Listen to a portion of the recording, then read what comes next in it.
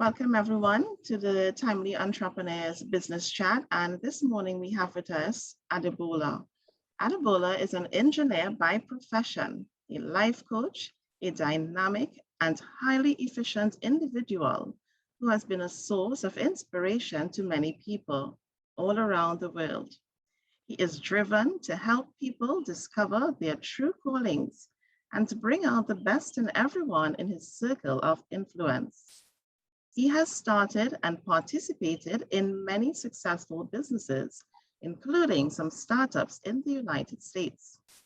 An avid reader, a prolific writer, and a motivational speaker with the mission of helping people find and fulfill their purposes.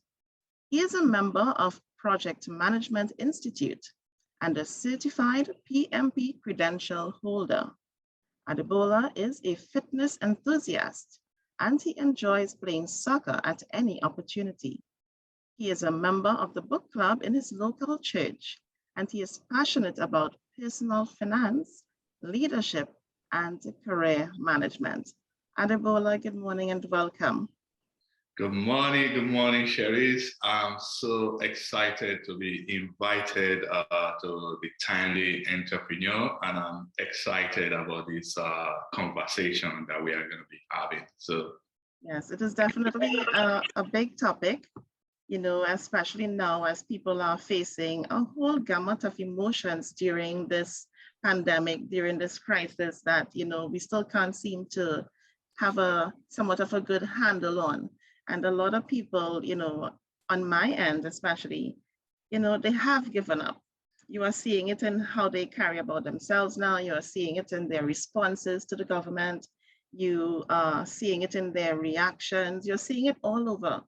And, we also have a lot of suicides where we're at. So you can tell that people are really taking things on and that they don't know how to deal with things when life throws adversity, at you. So dealing with that has been difficult, and coping with the challenges that, can come with life on an everyday basis, has been quite somewhat of a difficult thing for people to do. So we go right into it. Adebola, you're quite a prolific writer. Introduce us briefly to your books. Hey, thank you once again for inviting me here. So yes, I'm a writer and I've written about 5 different books, both ebooks and paper book. My first book is The Winner's Ways book. And basically in this book, I try to share winning strategies with my readers. Basically, I studied a lot of successful people around us, what they did, how they did those things, and what we all can learn. And I use this book to share that knowledge so that people can learn. And there's one core thing that I did with this book. When we think about success, it's always easy for most of us to say, oh, success is about the amount of money in our bank accounts, maybe the number of houses you have built or the number of cars in your garage. But I try to shift it a little bit. For me, success is all about doing what you are meant to do here on earth, and of course, enjoying it. And yes, I'm not saying people should not be rich. I want people to be rich, be comfortable. But the pursuit of money is not only, for me, it's not all about success.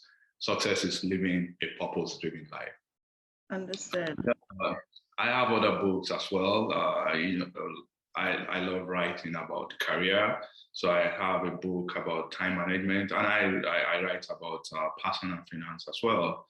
And my personal finance book, I wrote 3 series: Power to Earn, that's you about earning money; Power to Save, when you earn money, you need to save; and the final series in that particular book is the Power to Invest, how you can invest your money to make more money. Then I also thought about writing for kids, and that was why I wrote Born to Succeed, so that I can help nurture the kids' heart, to teach them, to coach them on how to have the right mindset, the right mentality that will help them and position them for success in future. So those are my books. I especially love this one, Born to Succeed, because I think that's something, we don't really, you say teach children to have the right mindset. I don't think that's something being taught in our schools, at least not here, so children are taught to fight competitively, but they're not taught how to pick up the pieces if I don't. Because if I recall, when I was going to school and I would come second in tests, and the person who would come first would be my cousin. And when I went home, I wasn't too sure how to tell my parents, because I grew up in a home where, they would tell you, look at your cousin, you can't be like her, she's always coming first and all that. So it was always a struggle. And I personally battled with this for quite some time. And I think even to this day, that may have been one of the circumstances in my life that led me to become a sore loser. So I don't deal with failing, even coming second. I battle with that because there's someone else who beat me and I wanted to be the first. So as a child, not knowing how to cope, or how to think, or how to switch my mindset, because at the time I can recall thinking, I'm no good, she's much better than I am. And those were the thoughts that I have filled my mind with, every single time she beat me. So eventually, you say you put words out there, eventually those words became life for me. I was no good. She kept beating me. For years, my cousin and I attended the same primary school, secondary school, and for years, this girl beat me. So for years, I felt like I was not good, and I could not deal with that failure. In my books, it was failure. I came second. The fact that I'm always having someone before me. So I was not taught, and I would become depressed, but I was not taught, or no one ever spoke to me and said, but you did good. Second is still good. No one said that to me at that point in time. So I particularly like this one, Born to Succeed. So, helping adjust the mindsets of children. And I believe it needs to start at that level, so that they can cope with things as they continue to grow into this world where they will face, moments of failure, moments of doubt, moments of, it didn't go the way you wanted it to go. So I particularly like this one. I think it's a good book to inspire, to motivate, and to guide kids, on that right thinking, so that, that self-destruction thoughts don't come in.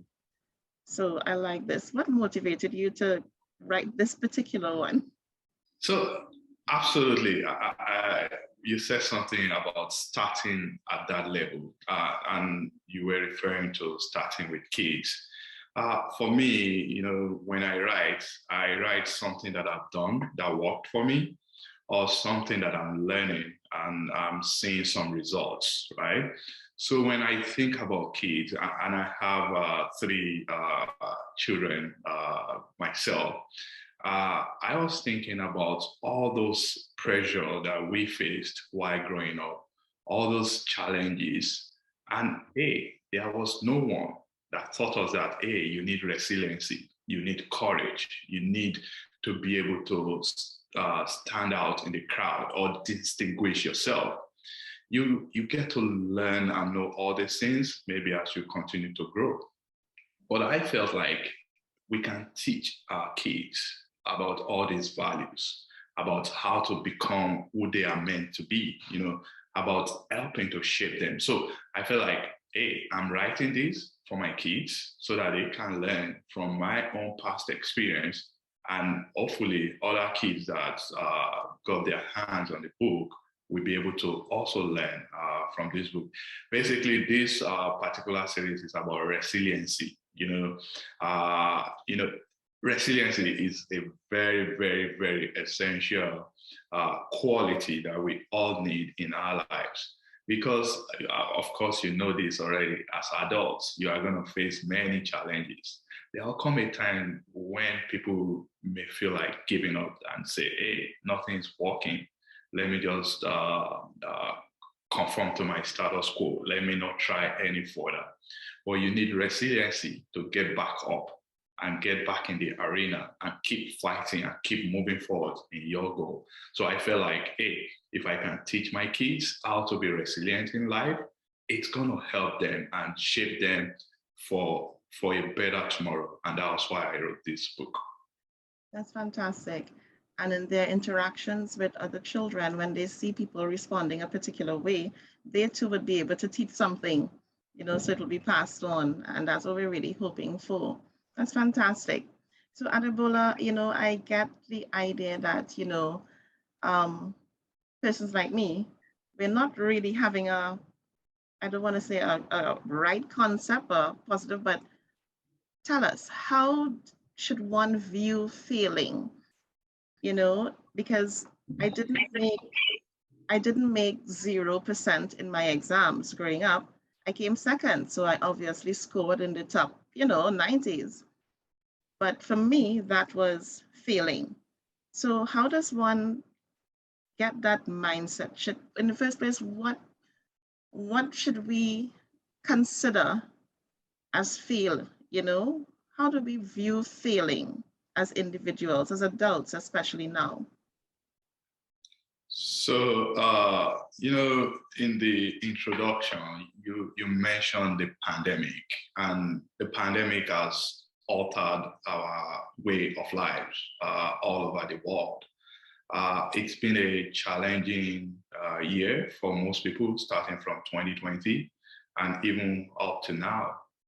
Many people are still reeling from the effects of this pandemic. In the United States here, millions of people lost their jobs. Some lost their homes due to the pandemic. Some businesses, they failed because of the pandemic. So when you put all these things into context, it is so easy, and that's why we are seeing the numbers of people that are becoming depressed. If care is not taken, people may lose hope in the future. One thing that I know that I do regularly and that has been helping me is to look up to God in times of challenges, And for me, my very special Bible passage, it's in Jeremiah 29:11, which says the plans of God for me are for good, right? God has a good, great plans for me, just to paraphrase. So how should we view failing? Honestly, failure is painful. Failing is not fun. Nobody likes to fail. It stings. It can make one feel less of himself, and it can make you lose confidence in yourself. But for me, the most important thing to do, or how we should view failing, is to learn from it. The way I handle failure, and I've had some couple myself, if you have not failed in anything, that means you have not tried something that are beyond your capability. Anytime you stretch beyond your capability, you have a chance of succeeding, and there's also that chance of failing. So how do I handle failure? The first thing is that how I view failure is I use it as a self-assessment tool. So for a business owner, I know the timely entrepreneur, you are nurturing and coaching businesses. For an entrepreneur, you started a business, the business failed. How can you use that as a self-assessment tool? What I'll do is, A, what did I do wrong in this business? Or what do I need to learn from this business? What have I been doing that are not working? So you should use it to assess yourself. My customer experience, is it not adequate? Is it my products? Are they of less quality? You need to self-assess yourself. So, because if you don't self-assess yourself, you won't know what you are doing wrong or what you are doing right. And sometimes it's also okay to ask for feedback from people. So that's the first thing. Use it as a self-assessment tool. The number two thing now is you need to build your lesson learned. I failed in certain things. Maybe it's for students planning to write an exam, right? Maybe the passing score is 80% and the student got 70%. What have you done wrong? What lesson can you learn from not passing that exam? So we need to know all those things. Build your lesson learned. Is it, again, going back to the business owner, is it about reaching out to more customers? Is it advertising, marketing? What aspect of the business are you failing at? You need to be able to identify those aspects. And the number three thing now is you need to now create your improvement plan. So for that business owner, oh, we've not been advertising or we don't market our products well enough. Now you need some budget for marketing so that more people will know about your product or services. For a student, maybe you were reading 2 hours every week. Do you need to increase it to 4 hours every week? These are the improvement plan that one needs to create. So how should we view failing generally? I think we should view failing as a temporary situation. It only becomes permanent when people give up. For that student, when they say, oh, I failed, I'm not trying again, then it has become a permanent situation. But if the student pick himself or herself back up and say, hey, I'm going to give it one more try, the student has not failed.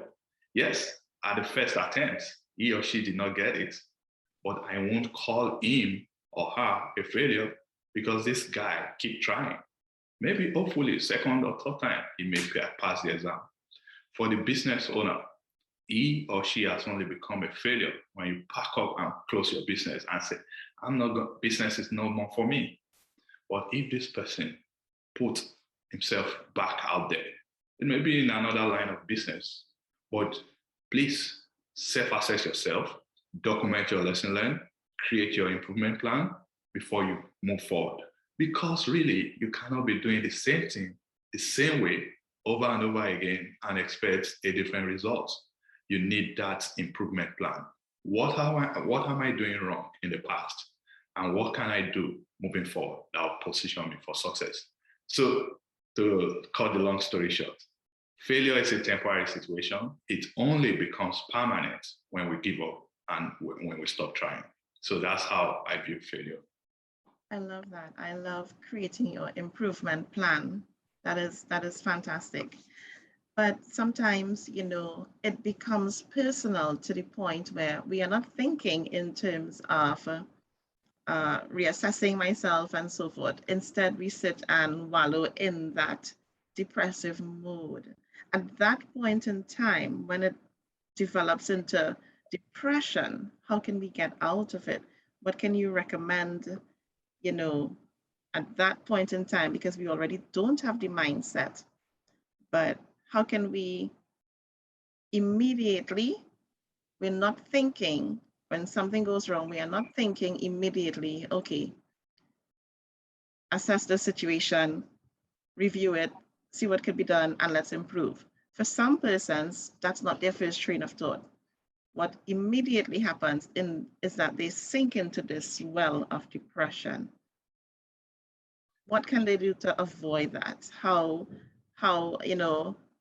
what train of thought should come immediately after we try to do something and it does not work out? So the way I'll look at that is the first thing that we all need to do is put things into context. You have, honestly, for you to have tried, for you to have said, hey, let me put a business together, you are better than maybe 90% of people out there. Because, for example, I know we talk about entrepreneurship here. Starting a business is a big deal.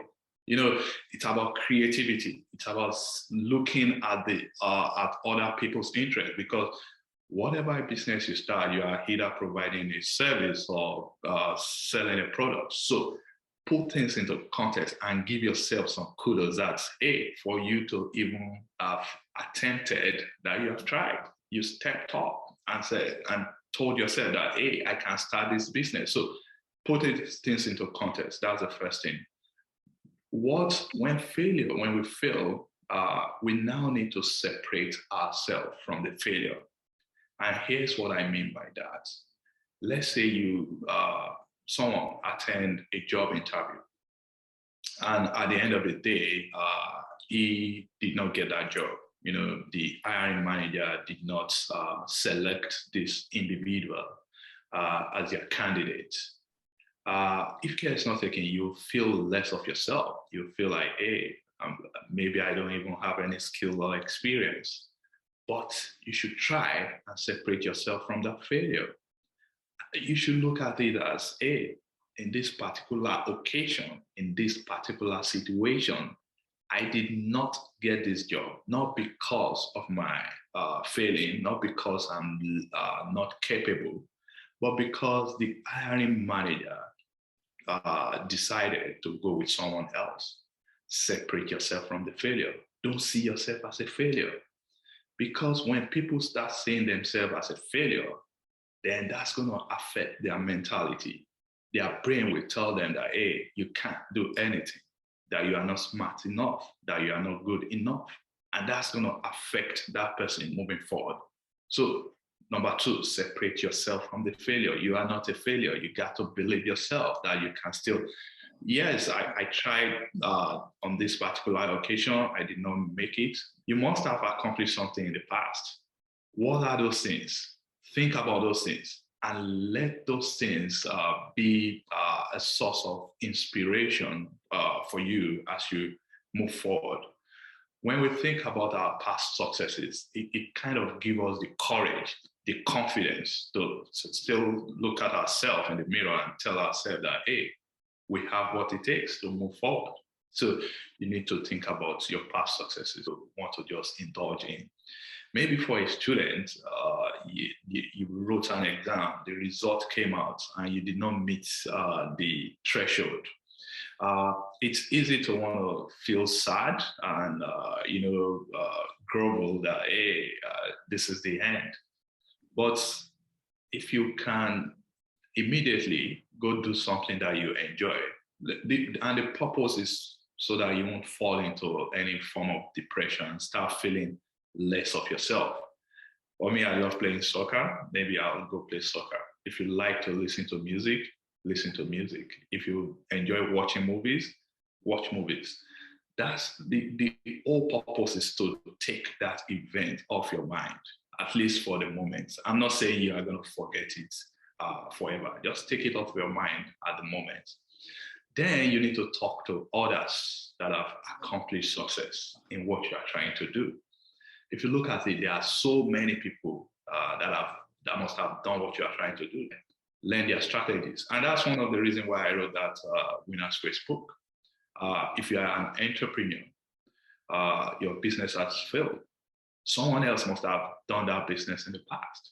Can you reach out to them? Let them be your mentors. Let them guide you as you move forward. And finally, you got to forgive yourself. And when I talk about forgiving yourself, I'm saying you have put in all your best. Going back to our students, if you and if you're not at all and you are preparing for an exam, you did not put in your best. And if you fail, yeah, that's on you. For an entrepreneur, you get up in the morning, you don't close till late in the evening, you provide the top-notch services to your customer, you make sure your products are of good quality, you put in your best. And if the business did not go as you planned, you got to forgive yourself and move forward. But the whole thing is, before failing, to prevent success, do your best. Work, learn strategies that will help you to improve your chances of succeeding. So when failure becomes personal, what I do is separate myself from that failure. I don't see myself as a failure. Rather, I see myself like, hey, I tried. I did not get what I wanted. I'm not going to give up. I'll still try in future. And that's the way I see it. Hey, that's great. So persons, really, it is the mindset. It is, doing what you can to avoid becoming a further disaster. So, and I think that's important, and in terms of finding someone, finding others to talk to, so that, you have a support system, that holds you up when these things happen, so you don't go down that hole alone. And a good support system would be able to lift you and bring you out of that, give you the little motivational thoughts that you can't talk to yourself in that moment.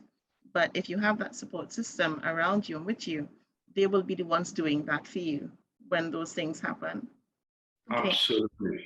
Yeah. That's part of why the timely entrepreneur, that's a support system for many people out there. Mm-hmm. I myself, speaking to people, giving them motivational speeches, that's also a support system that can help people when they fall into all those situations that are not so pleasant. So yes.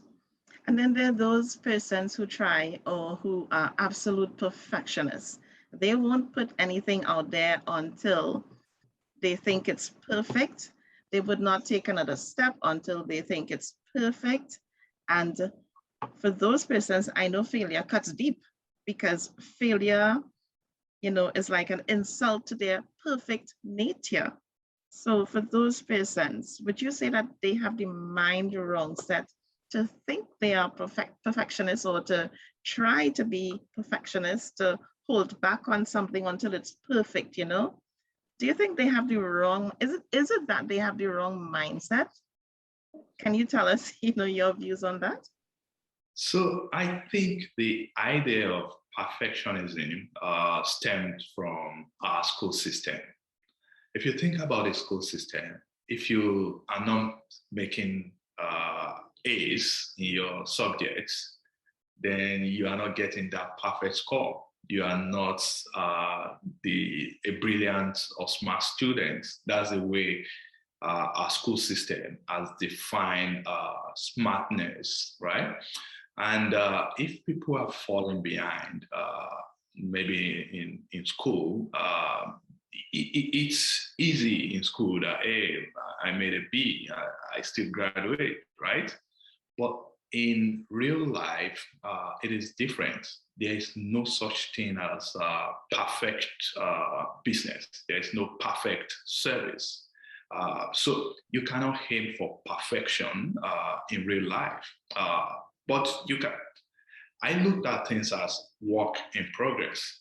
Sometimes, especially when it comes to businesses, it's okay to roll out a B product rather than waiting to get to A plus and not actually rolling out anything, right? Because perfection is the enemy of good enough. There are certain times when we'll need to look at and say that, hey, this is good enough. I'm going to now continue to improve on it. If you look at Facebook, for example, when it came out, it was all about putting pictures, right? But they keep adding products. They keep adding features. Facebook is not stopping. Instagram is not stopping. They keep developing. Because, and that's the way we should say things. If you start a business today, you should still keep innovating and keep looking at what more can I do. But if you want to be 100% on day one, you may not actually start. Imagine if Facebook, maybe started 10, 15 years ago, right? If they were waiting to get everything that they have today, that means they won't come out. So there should be a time when you've done your best, you should be able to move forward. And in business, they call it, okay, business that I'm rolling out, at least it has some features that people will need.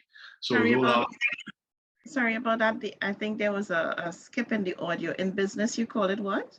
the minimum viable products. Okay, right.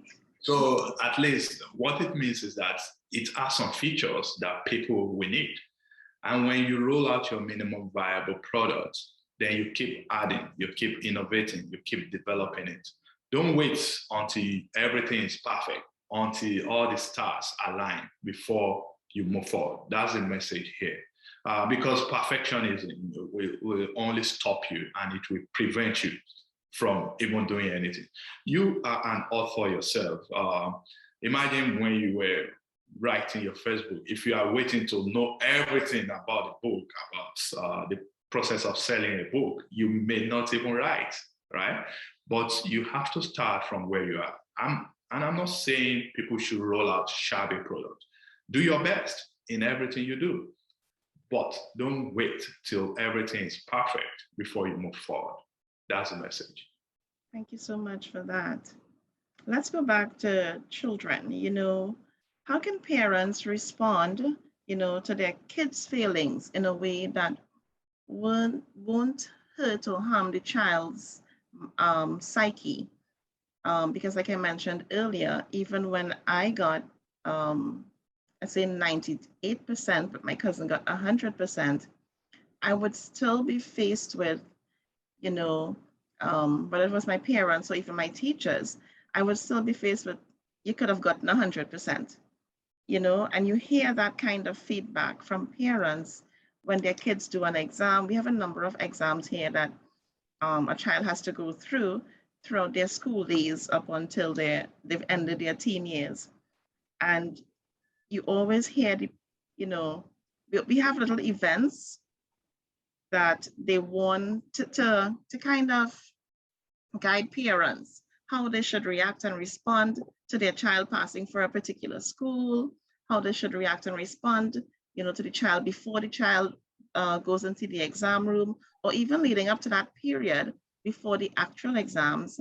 We have news articles where parents, are admitting that, yeah, they do feel a bit more overwhelmed, so they put pressure on their kids. And of course, when the kids don't do well, these kids, they suffer, psychologically. For parents, what message can you give to parents, as opposed to just saying that, okay, is your child, you see fit and tell your child, and you know your child best, and you want that child to study morning, noon, and night. But how can parents respond when their child faces the kind of failure that will, cause them to be afraid to go home and tell mommy and daddy, I didn't do too well on the exam. I didn't pass for the school, my first choice. I didn't pass for my second choice, but I passed for my fourth choice. How can parents respond to those instances in their children's lives in such a way that it does not affect the child's psyche? That's a good question, but also a tough one. Because I know that the first reaction from parents when they see their kids failing is to somehow put them on trial and try to condemn them. Hey, you are not doing your best. Hey, what's going on with you? What's wrong with you? Look at your other fellow students. They are doing better than you are. They may want to condemn them, and that will all end up hurting the child more because it will destroy their morale, right? You don't want that. I know that most parents, they want the best for their kids. And the way to motivate them is to go and then become harsh to them. Maybe this child, he has some time to play video games or play outside. They may take all those privileges away. And they may say, oh, all you need to do now is study, study, study. That, again, is not the right approach. For me, the right approach is to take a moment and try to understand this child? Why is this child failing the subjects? What can I do to help? Does it need some extra tutoring? You know, the approach is to understand the cause. See, I like this quote. It says, everybody is a genius, but if you judge a fish by its ability to climb a tree, it will live its whole life believing that it is stupid. We all have our geniuses.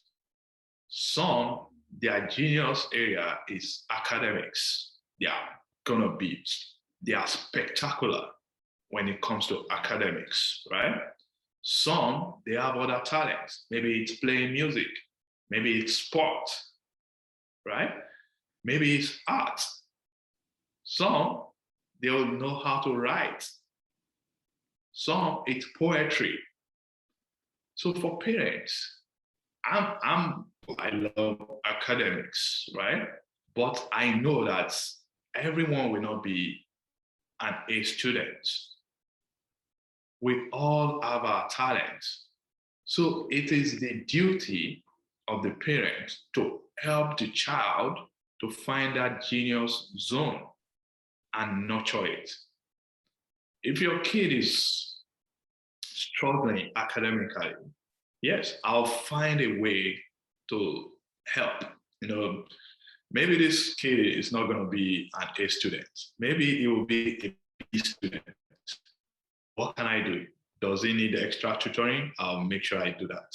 Does he need more time dedicated to his study? I'll make sure I provide that and help him to study. But what are the other talents that this kid has? How can he shine? Because see, our Heavenly Father has deposited some talent in all of us.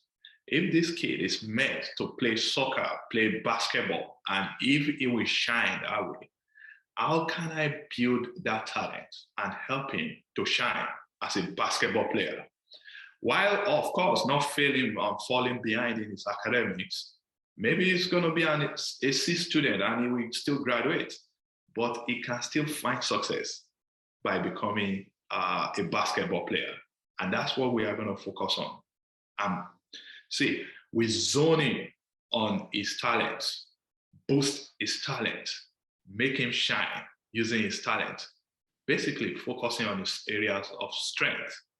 Of course, I'm not saying that we should neglect education totally, but what I'm saying is that education is not the ultimate. I want people to get education, but look at the world as it is today. I don't know if you follow basketball or soccer. When you think about soccer, you will think about people like Lionel Messi, Ronaldo. These guys, they even make more money than people that are in school, right? When you think about basketball, if you think about LeBron James, this guy is good. He did not succeed as in academics, but he played basketball. Today, he owns a couple of businesses, and he hired even A students. The whole message is when your child, when he struggles, if he's falling behind with his grades, do your best to help him to find how to boost his grade. But at the same time, look for ways to discover his talents and boost his talents. Let him shine where God wants him to shine. That's the message. That's important. And I want parents to hear that because, I mean, you know, it's they struggle too. You know, sometimes things happen in our lives because that's how we know it to be. So perhaps that was how they knew it to be before. And it's just things that we pass on to our kids. So it is a struggle for parents as well.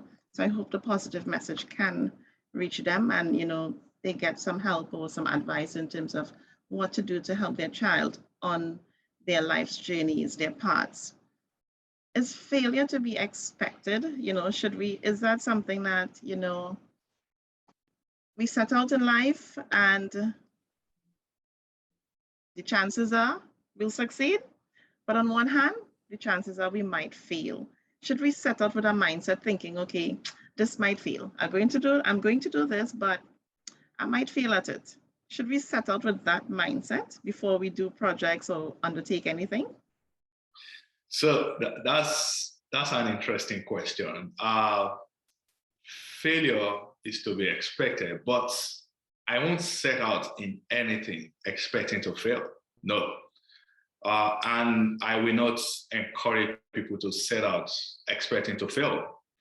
I want people to set out expecting to succeed.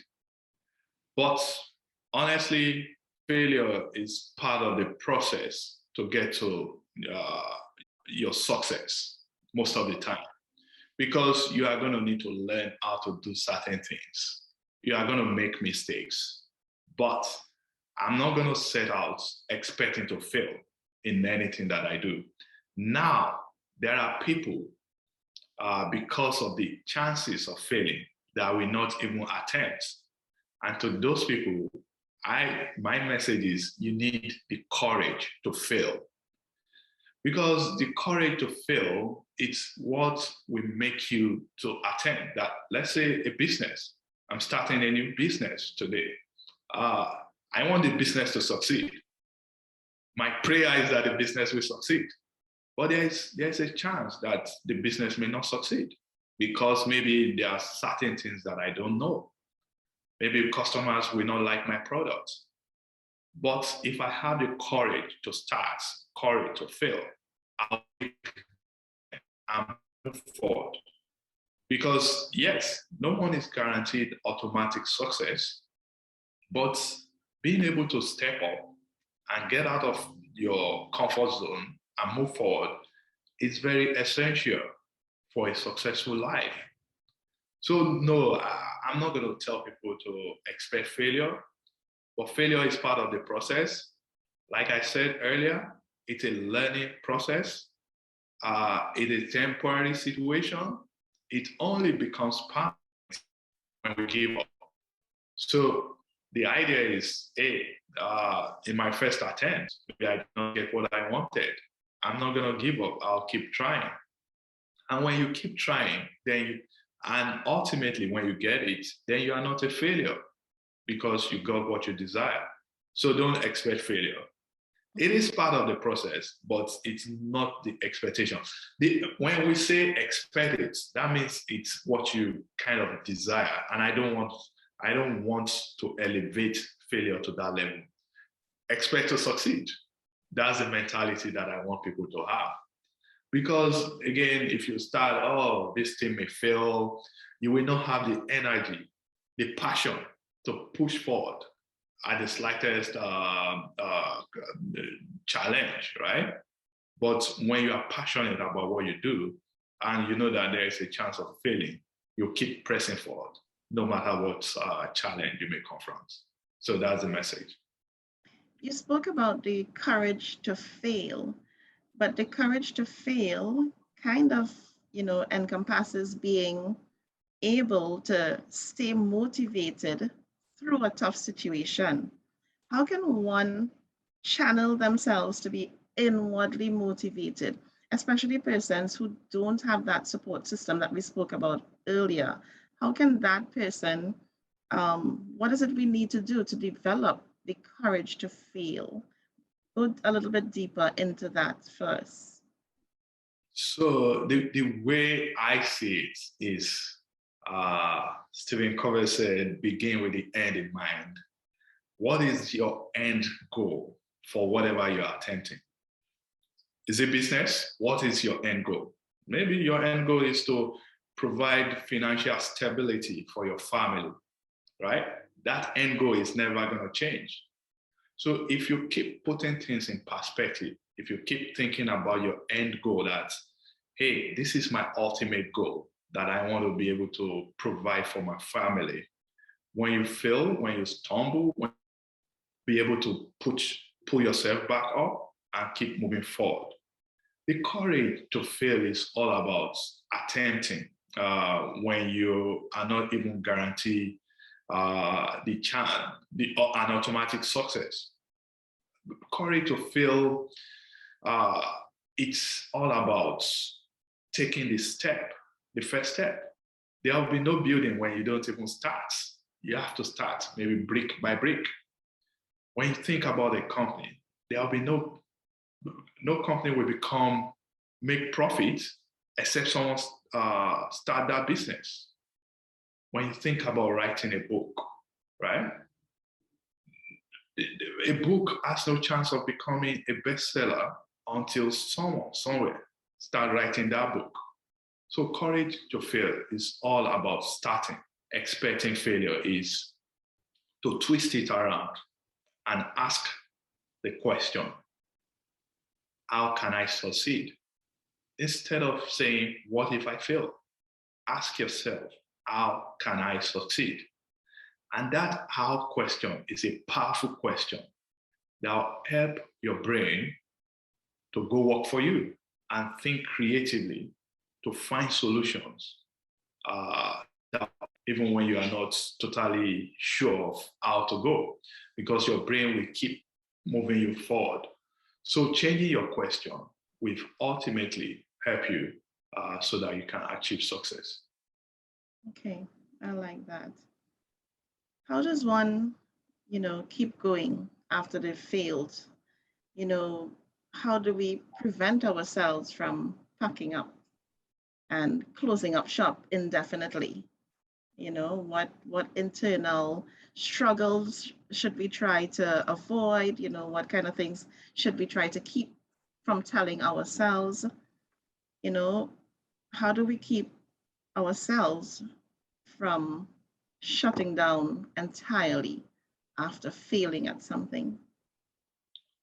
So I have three things or three ways to keep moving forward. The first thing is associate yourself with the right people. Honestly, if you are in a group of failures, if they are trying stuff and they are failing, when you try and you fail, you will find it easy to give up and be like the rest of them. But if you surround yourself with the people that are motivated in life, people that are achieving their goals, even when you try and you did not get it, when you look at them, they will be a source of inspiration to you, and you'll be able to keep pressing forward because your mentality is going to be such that, hey, if this person, my friend, can accomplish this, then I can also do it, right? You keep trying. The other thing is to motivate yourself. Sometimes I find this technique easier to do. I stand in front of the mirror, look at myself, especially when I'm attempting something big, and tell myself that I can do it. So I think we can all do that. There's a way you can trick your brain that you can do it. Look yourself in the mirror every morning, whenever you need to attempt something big. Tell yourself you can do it. Tell yourself that you believe in yourself. Tell yourself that you are capable of accomplishing that goal. That is telling your brain that, hey, you got to wake up. Hey, you got to keep trying. So you need to motivate yourself, because it's not every time that you find people that will motivate you that, hey, keep going, hey, cheering for you. Sometimes you need to go back to your closet or your bathroom, look in the mirror and motivate yourself. And finally, and I mentioned this earlier, always put your end goal in mind. One thing that I did for so many times, I have post-its. I'll put messages on my walls, and I'm looking at my end goals. And those things, they really, really help me. When things don't go exactly the way I plan sometimes, when I look at those end goals that I have on my walls, they help me to know that, hey, I set this goal for myself, and I want to keep moving forward. And ultimately, you need to hold yourself accountable. There are some goals that we said that, hey, maybe I want to lose 10 pounds of weight. And 6 months later, you've gained 5 pounds. You may feel like, oh, let me give up, I can't do it. But if you hold yourself accountable, and you put your goals on your walls, you will be motivated to keep getting back up until you accomplish that goal. And that's a way to stay motivated. First, associate yourself with the right people. Second, self-motivate yourself. Look in the mirror, tell yourself you can do it. And three, put the end goal in mind. Great, some fantastic tips for anyone, who would view the session. How can one learn now from failure? So one of the takeaways that I've picked up, that I've got from this, is that when failing, the whole idea of reassessing and doing that improvement plan, the improvement plan is still in my head. So, we know that when we fail, we do an assessment and we get an idea that, yes, there are things to be learned when we failed. So how can we condition our minds to learn from failing? And what are the lessons that we need to look out for? What are the lessons that we ought to learn when failed? Okay, that's a good question. The first thing, how can we learn from failure, is always we need to know that failure is not a permanent situation. It will only become permanent when we give up. So the first thing is never ever give up, especially when this goal is important to you. Sometimes it's good to re-strategize and think about, hey, is this what I truly want? That's okay. But if you know that this is what you truly want and you did not make it in your first attempt, don't give up. So know that failure is not a permanent situation. It is temporary, and you got to keep moving forward. Now, how to learn is, for example, I gave an example about a business, right? When you look at your business, you need to know how you make money in that business, how you attract customers to your business, right? When you know all the steps, all the different functions in a business, customer service, operation, manufacturing, whatever may be the case, look at your business. In what areas are you not performing at the level that you desire? And how can you establish that? Maybe you need to start getting feedback. When a customer comes to you, right? Let them provide feedback. What is it that you are doing properly? What is it that they want you to improve on? And now you need to now document all those feedback. When you document all those feedback, it will become clear to you in terms of where you need to improve upon. And I would say, when you know where to improve upon, you need to now focus in on those areas and do your best to learn. Again, like I said, there are people that must have done what you are doing. Go to them, let them mentor you, let them coach you. Sometimes it's okay to also maybe go for online training, go back to school, train, so that you can pick up those skills that you need that will help you to succeed in your business. So how to learn from failure? Get all the feedback. Look at the feedback. Identify areas where you need to improve. Okay, I appreciate that a whole lot. Adebola, I really think this was enlightening, and the points that you gave to help cope and to help deal with failure and succeeding is very important.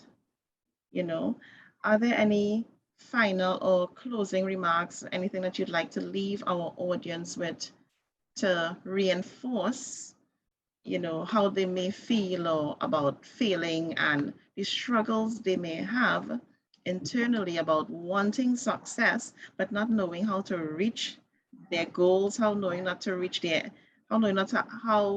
they can't identify their end goals? Because you keep saying, think about your end goal, think about your end goal. Some persons get into business and they see just what is in front of them. So are there any final thoughts from you, final takeaways in terms of, creating those end goals and identifying them and always having them to the forefront, so that we can achieve more successes than failures? Okay, so Sharice and the entire Timely Entrepreneur crew, I appreciate the opportunity to meet with you guys and talk about people struggle in life because of lack of goals, right? And I'm going to encourage people to start setting goals. 2022 is coming. We are almost rounding up 2021. We need to set goals, and there are 4 core areas of our lives where we need to set our goals, right? Your personal life, what do you want to do? What do you want to accomplish? Write down your goal.